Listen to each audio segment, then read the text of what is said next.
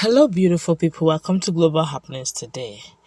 With the field and the level of insecurity and political undertones going on in Southeast, I fear that even Igbo presidency from Igbo extraction may be almost an impossible task, or better still, a hackling task, judging by what is going on in Ebonyi state and the fact that the likes of David Umahi has also declared that they would love to become president come 2023. But right now, there's a lot going on in Ebonyi state. Don't forget that some days back, there was a protest over Ebubeagu's interaction or clash between the people and Ebubeagu, but this time around there is more to it than meets the eyes. Well, before we go to the newspaper to find out what is going on and the cry for help by some politicians in Ebonyi state, we'd like you to subscribe to our channel by clicking on the red subscribe button. Beside it, you will see a bell notification icon.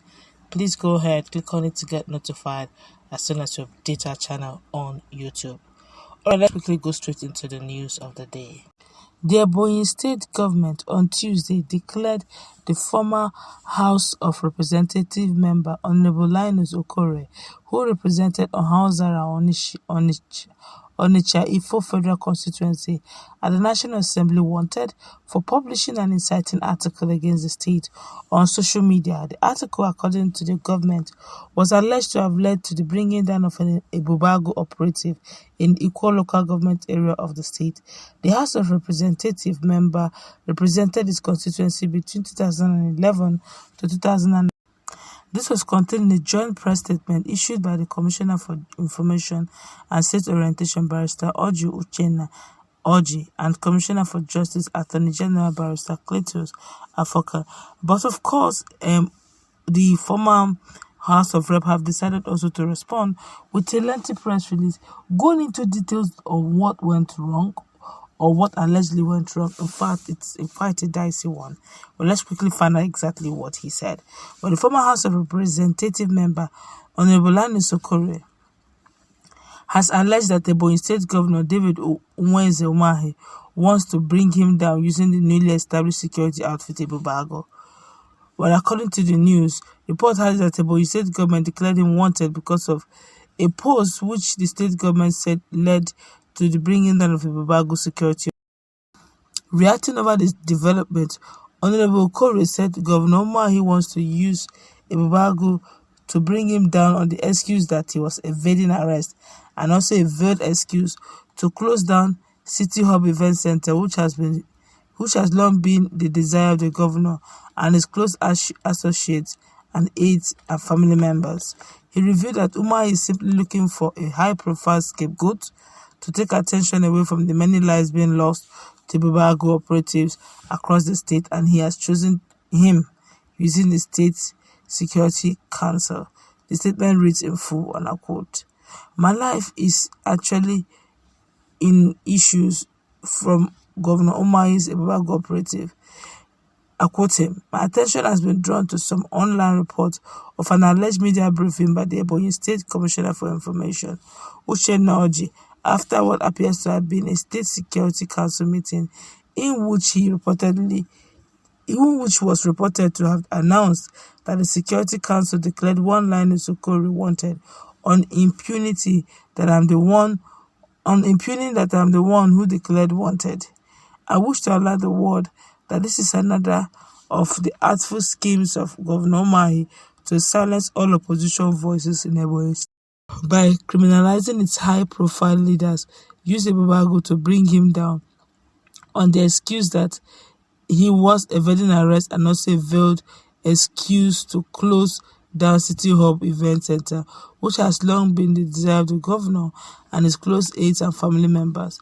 It is also a ploy to distract attention from the carnage that Ebubeagu has been wreaking on the people of Ebonyi State, as symbolized by the riots and bringing down in Akaeze in the past few days. Governor Umahi is simply looking for a high-profile scapegoat to away from the many lives being lost to Ebubeagu operative across the state, and he has chosen me using the State Security Council.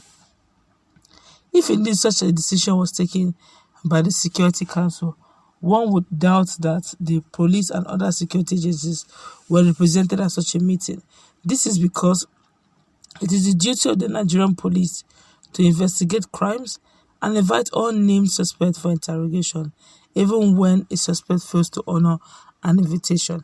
There is a clear procedure that must be followed before such a person can be declared wanted by the police and not by any other Security Council meeting. Let it be known that I've never been invited to answer to any allegations by the Nigerian police or any other security agencies anywhere in Nigeria. 2.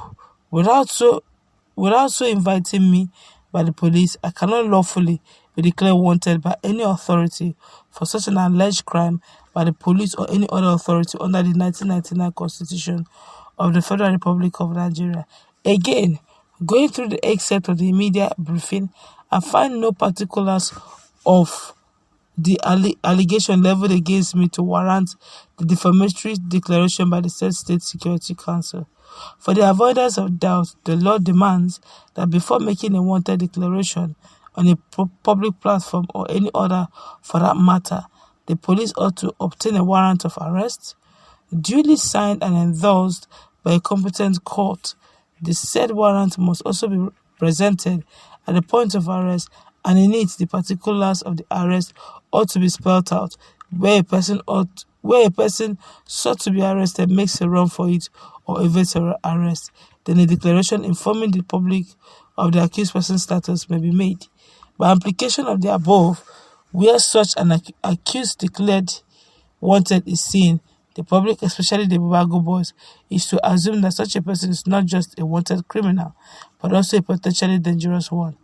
In effect, this declaration is an authority by the state government for Ebubeagu to shoot me at sight and excuse that I made a run for it.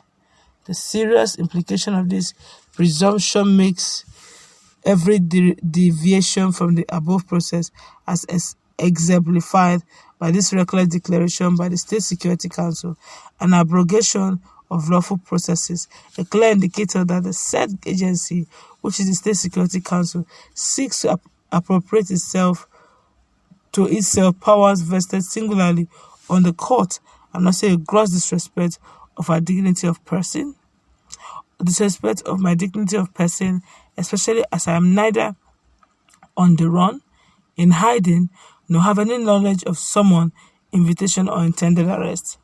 Why impute that I am on the run or invading the police when the police has extended no formal invitation to me? Even a new recruit in the employ of the police force can force this porous action of the Security Council in declaring me wanted just to create the opportunity for Ebubeagu agents to go against me and bring me down on the excuse of executing an illegal declaration. In summary, I have never been invited for questioning by the police for any crime at all.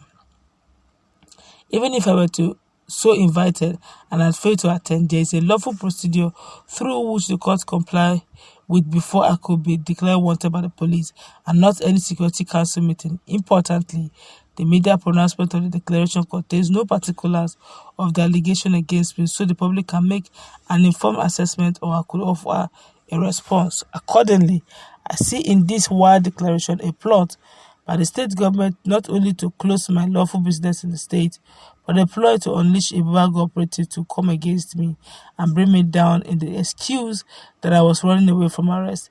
These are all channeled towards silencing the opposition in the state by dealing a fatal blow on the major voice, calling attention to the failings of the state government, especially the Ebubeagu security outfit.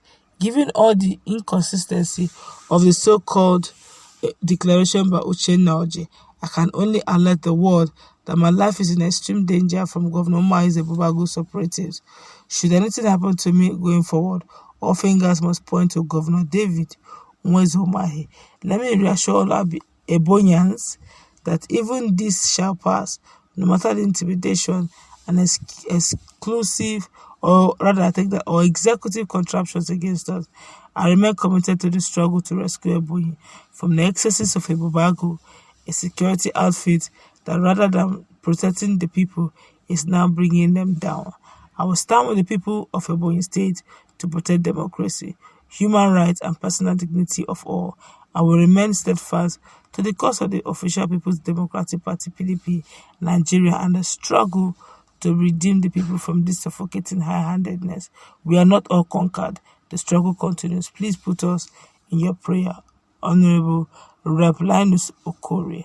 Wow, this is definitely having a lot of political undertone that is now moving towards insecurity. Please let's